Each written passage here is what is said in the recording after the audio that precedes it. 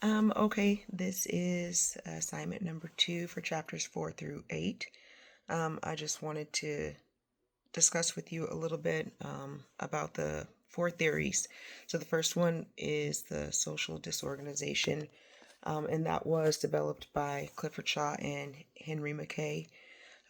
They theorized that 4 key elements made up this theory. The first one being lower economic status, diversity within the ethnic groups, transients in the neighborhood, and then broken homes and or relationships. And so some examples of that would be impoverished communities because they lack resources to education and to healthcare, or transients in the neighborhood.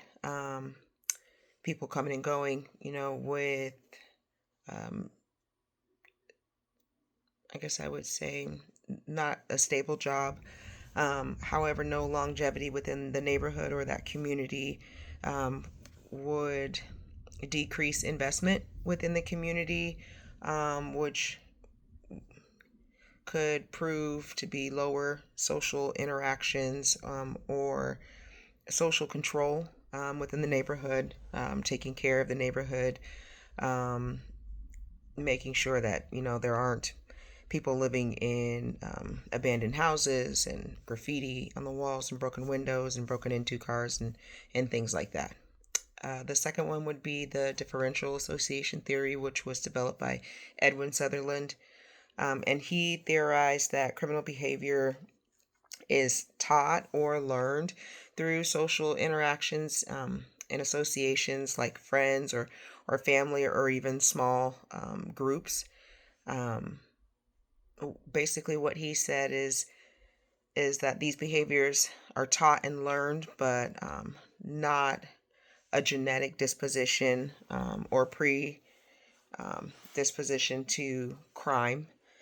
Some examples of this would be gangs, uh, like family members who would be essentially teaching family crime or the family business, insider trading, white collar crime,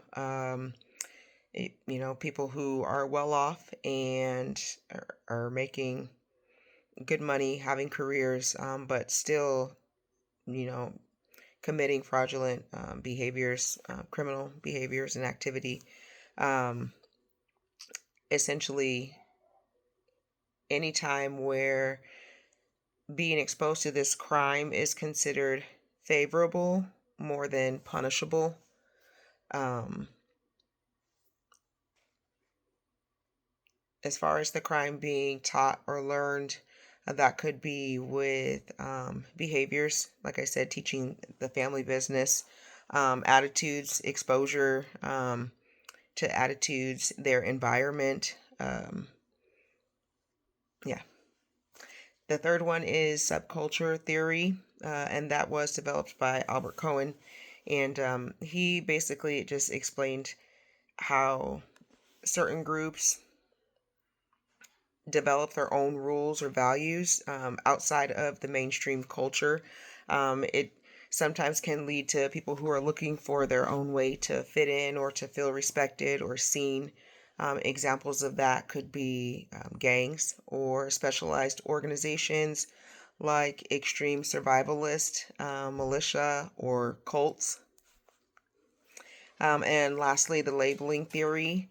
That was developed by Howard Becker, Edwin Lemert, and Frank Tannenbaum.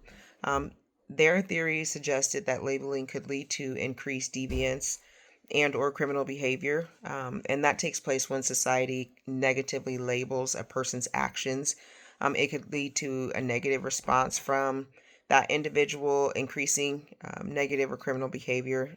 Examples of that would be the kid growing up who was repeatedly told that he'll never amount to anything or he'll be like a bum parent. Eventually he may begin to believe those lies and those accusations, which could lead him down a road toward not caring and criminal behavior. Or the person who makes a mistake like a celebrity and then is publicly scrutinized and then also heads down that same road. So those would be my explanations for the theories, and I hope you enjoyed it. Thanks.